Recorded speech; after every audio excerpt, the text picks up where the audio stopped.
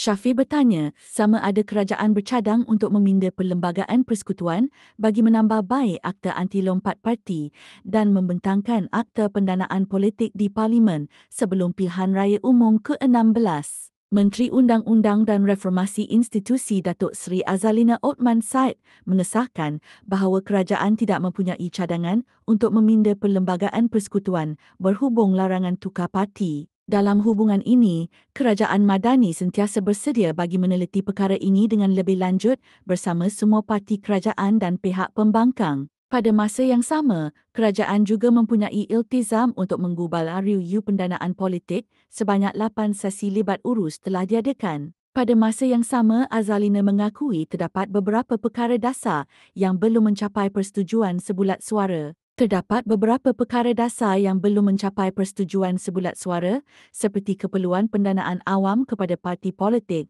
had sumbangan dan entiti yang akan mengawal selia dana politik. Justru itu, satu mesyuarat akan diadakan dalam masa terdekat bersama Setiausaha Agung semua parti politik. Mesyuarat ini akan dipengerusikan oleh saya sendiri bagi mendapatkan pandangan dan pendirian parti mengenai cadangan penggubalan RUU ini serta membincangkan persoalan dasar yang timbul.